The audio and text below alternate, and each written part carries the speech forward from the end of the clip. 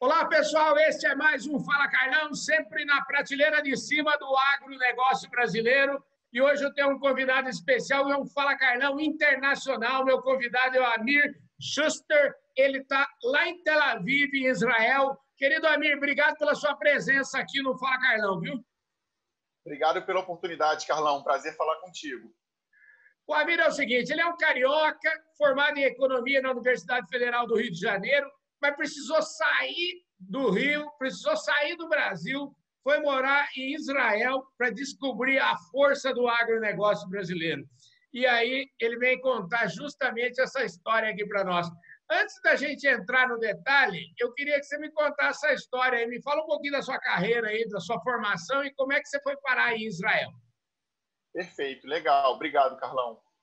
Como você bem explicou, né? Eu sou nascido no Rio de Janeiro, carioca, vivi toda a minha vida no Rio de Janeiro e tive a oportunidade de estudar economia, me formei em economia pela UFRJ e por conta da minha descendência judaica, você tem uma série de possibilidades, né, e oportunidades de fazer os estudos avançados, né, o mestrado em Israel. O país oferece uma série de benefícios. Então, eu quis aproveitar essa oportunidade, vim para Israel, tive a dificuldade de aprender a língua, né, uma outra cultura, mas acho que foi uma experiência muito interessante e fiz o meu mestrado e justamente quando eu terminei meu mestrado aqui no país, me surgiu a oportunidade de trabalhar na AgriTask, né, a empresa com a qual a gente vai falar um pouco hoje, né, sobre o que a gente faz. E essa empresa, né, que acabou me introduzindo ao meio agro, que é um pouco engraçado, né, e curioso. O Brasil com esse imenso potencial agro que a maioria das pessoas conhecem, mas eu, particularmente, nunca tive muito envolvido, talvez por morar numa capital e estar pouco aí, com poucas possibilidades de ver isso no dia a dia. Fui conhecer o potencial agro brasileiro quando uma empresa israelense veio para mim e falou: olha, Mir, nós temos um produto de tecnologia para o agro e a gente quer focar no mercado brasileiro, porque é um dos principais mercados do mundo. Aí eu comecei a abrir os olhos para isso. Olha só que interessante. Na verdade, né, gente, a gente que está no agro aí há mais de 30 anos, a gente sabe que o agro teve várias, vamos dizer assim, várias revoluções ao longo dos últimos 30, 40 anos, e a mais recente, na verdade, é justamente essa revolução da tecnologia, dos equipamentos. Hoje a gente está falando de tecnologia, a gente está falando de softwares, tudo isso que ajuda o agronegócio a ficar cada vez mais competente, cada vez produzir mais, aumentar a produtividade.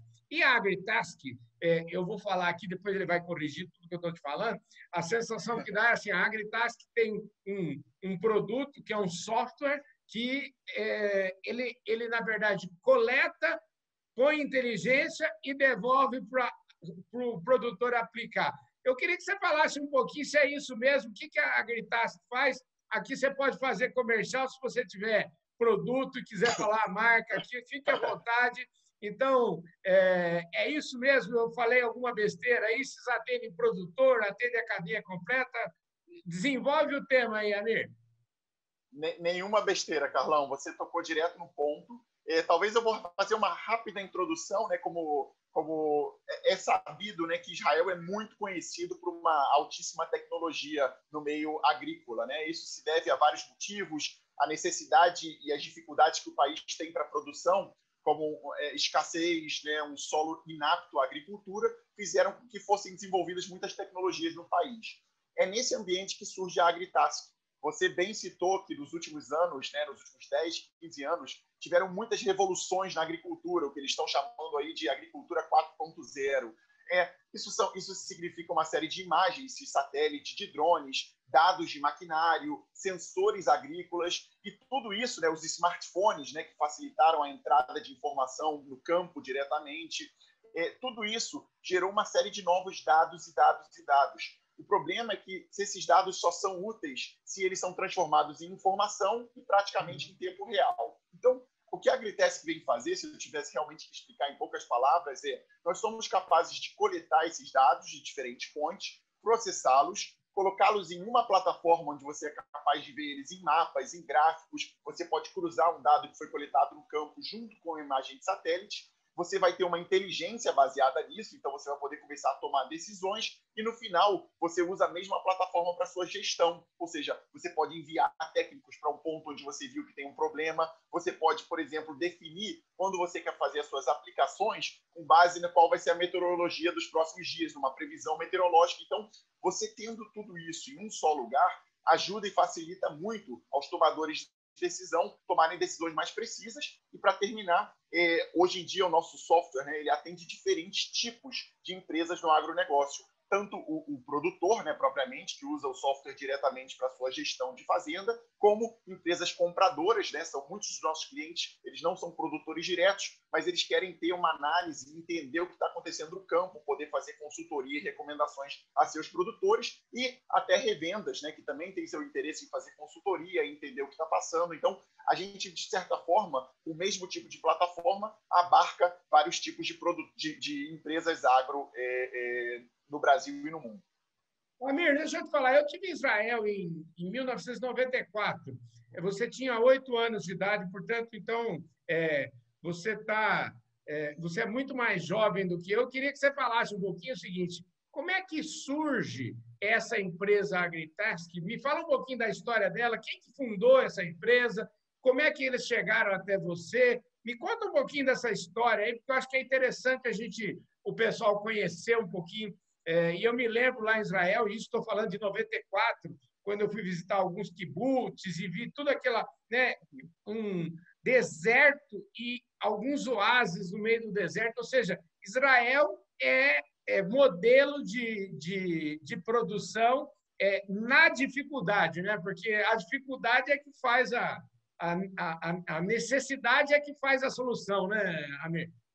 Exatamente, correto, Carlão. A verdade é que Israel é mundialmente conhecido por tecnologia, né, por inovação. Aqui tem um celeiro enorme de startups, e eu estou vendo que isso gradativamente está passando no Brasil também, o que é muito enriquecedor e muito interessante, mas Israel é historicamente reconhecido por essa capacidade de criação de novas empresas. Tem muitas empresas conhecidas como o Waze, né, que é super usado hoje em dia, entre outras empresas que foram criadas em Israel.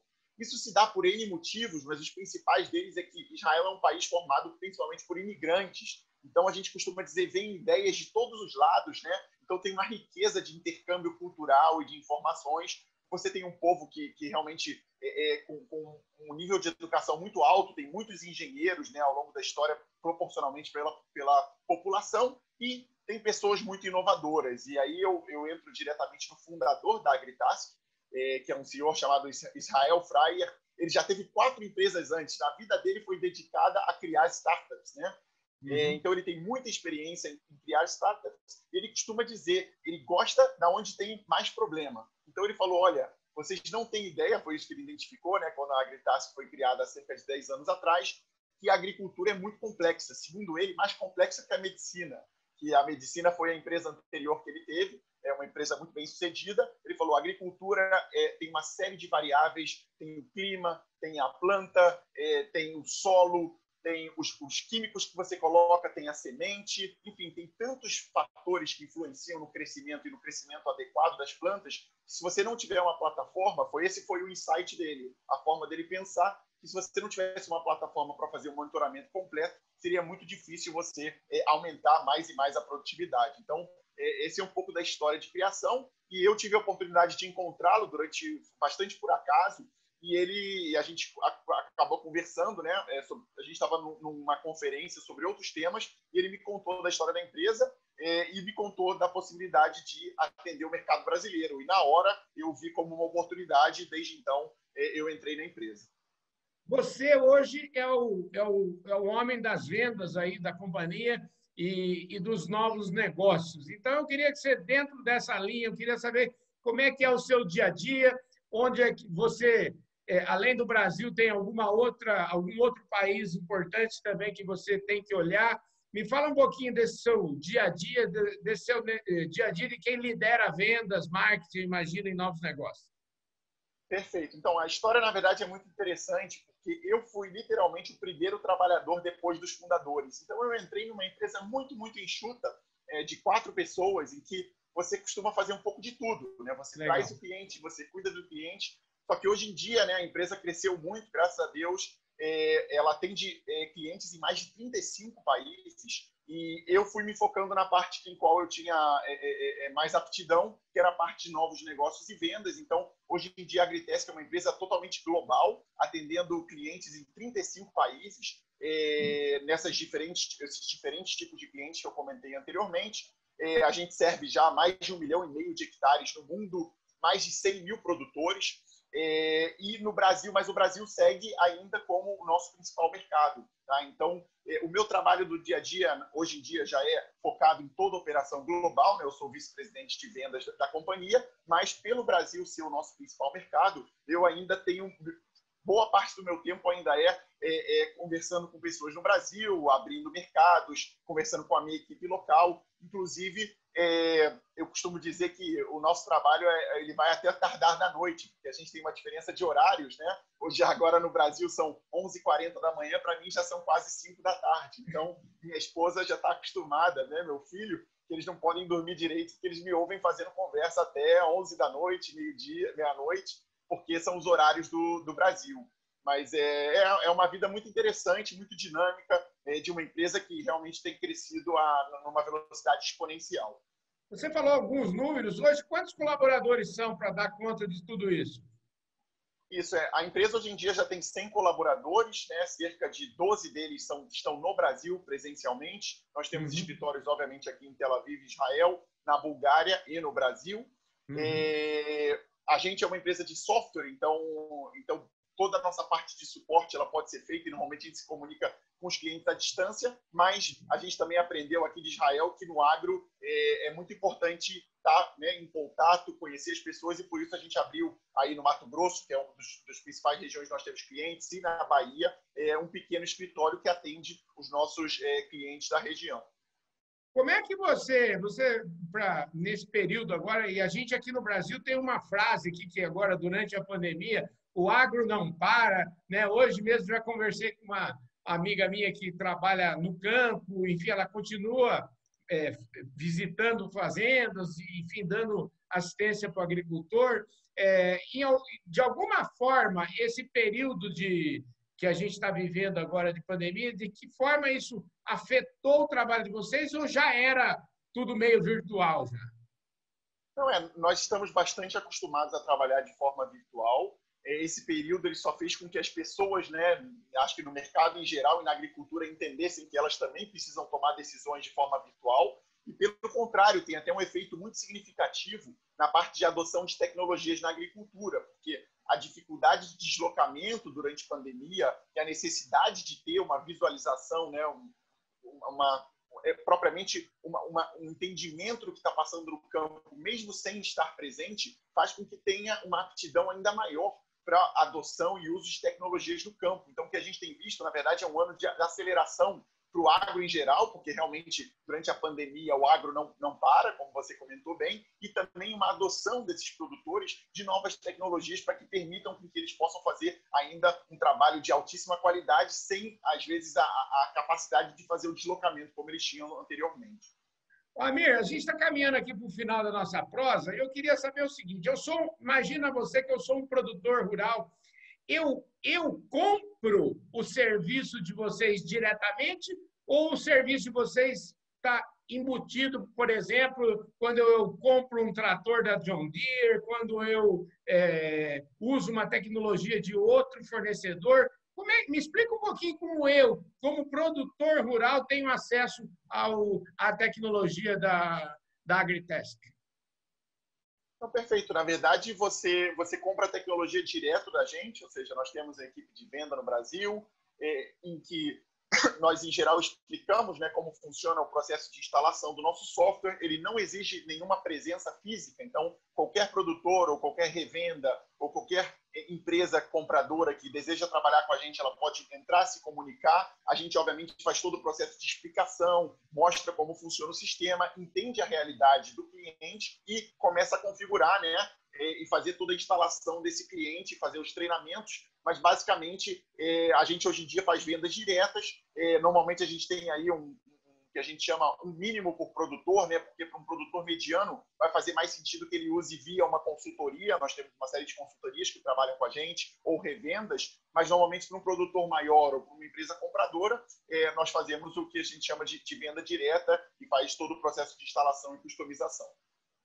Amir, para fechar o assunto, eu queria saber o seguinte de você, o que vai acontecer, né? Porque eu acho que você aí tem uma bola de cristal muito melhor do que a gente aí, você está num lugar que, vamos dizer assim, a tecnologia está à flor da pele. Vai mudar, o que vai mudar aí nos próximos 5, 10 anos? O que vem por aí?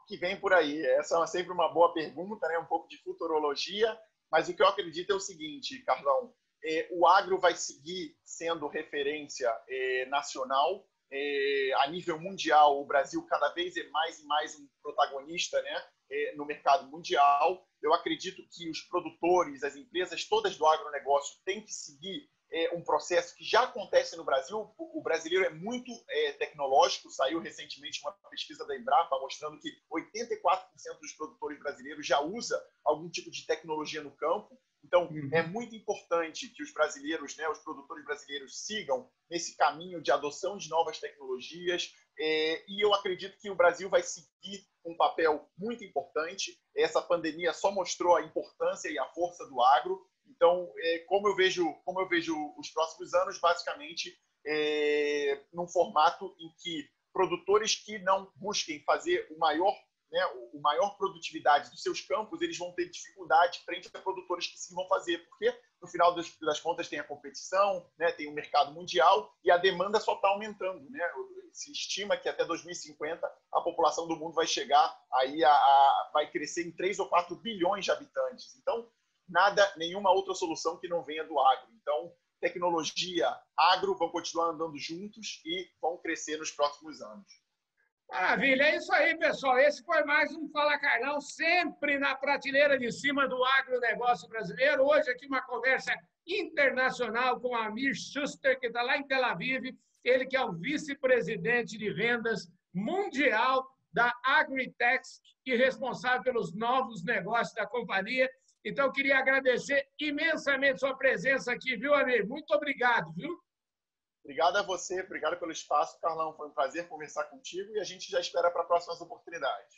Com certeza. Então, gente, você já sabe, se você ainda não se inscreveu no nosso canal, a hora é agora. Se inscreve aí no canal, aperta o sininho para você receber todas as nossas notificações, deixe o seu like, deixe o seu comentário e, principalmente, compartilhe esse vídeo com todos os seus amigos. E se você está na audiência super seleta do nosso canal do Boi, muitíssimo obrigado. Eu vejo todos vocês no nosso próximo programa. Um abraço!